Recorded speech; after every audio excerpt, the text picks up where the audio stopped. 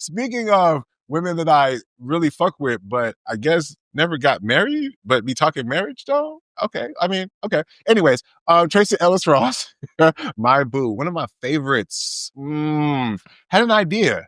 Apparently, it wasn't to say I do, but instead it was to say. It was to say, it was to say that, you know what, marriage licenses should have an expiration, right? After about 4 or 5 years, it automatically expires.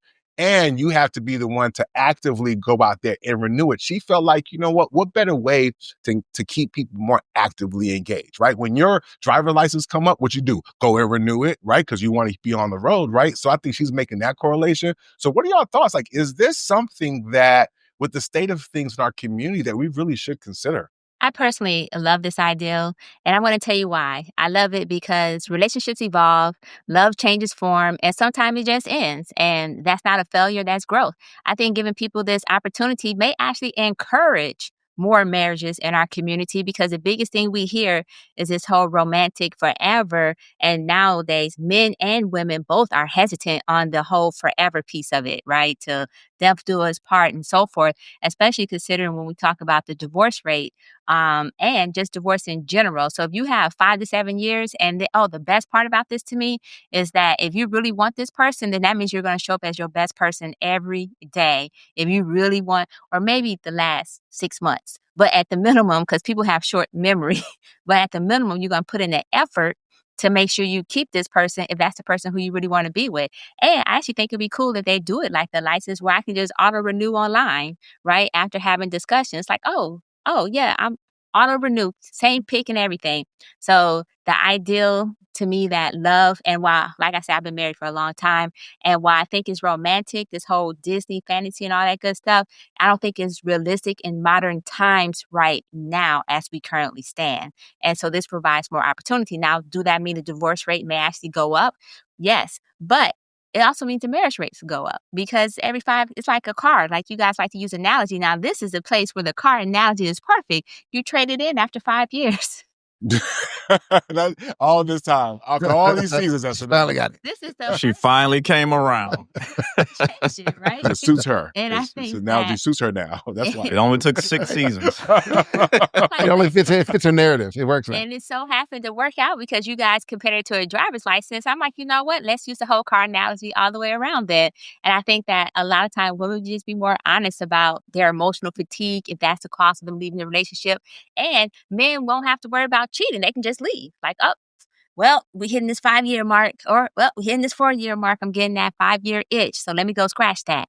And so I don't know. I just think it's an opportunity that we may not see as an opportunity just yet, just because it seems controversial. And look, I think that, of course, I grew up in a household where you were told marriage is forever.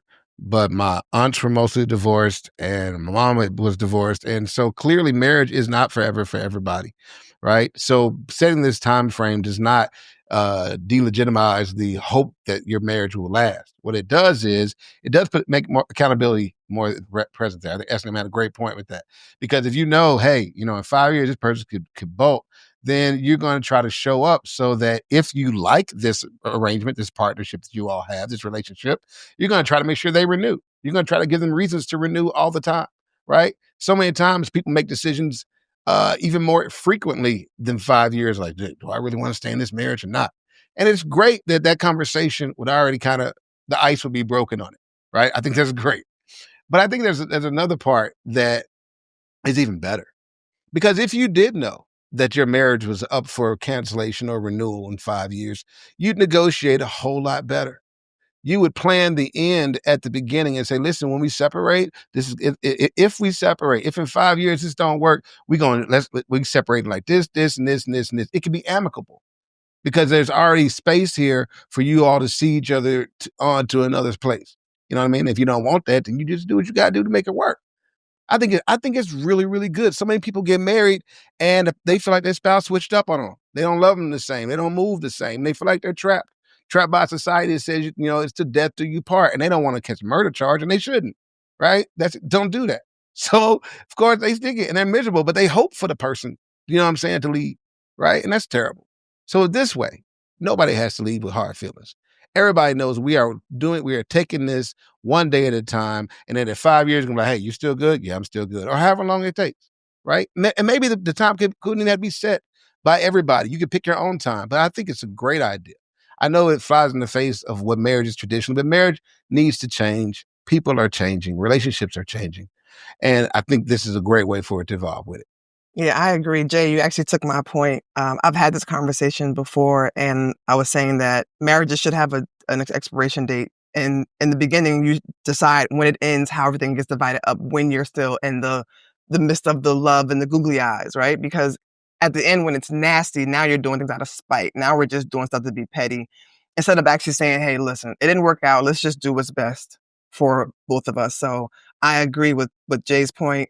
I'll add to that we change. I mean, as we get older, our wants and our needs change, and they change a lot from 20 to 40. It's a whole different desire and goal. And when you're in your 20s, you guys have whatever in common, silly stuff, pickleball and cars with rims. And then you get to your 30s and it's different because now your careers are different.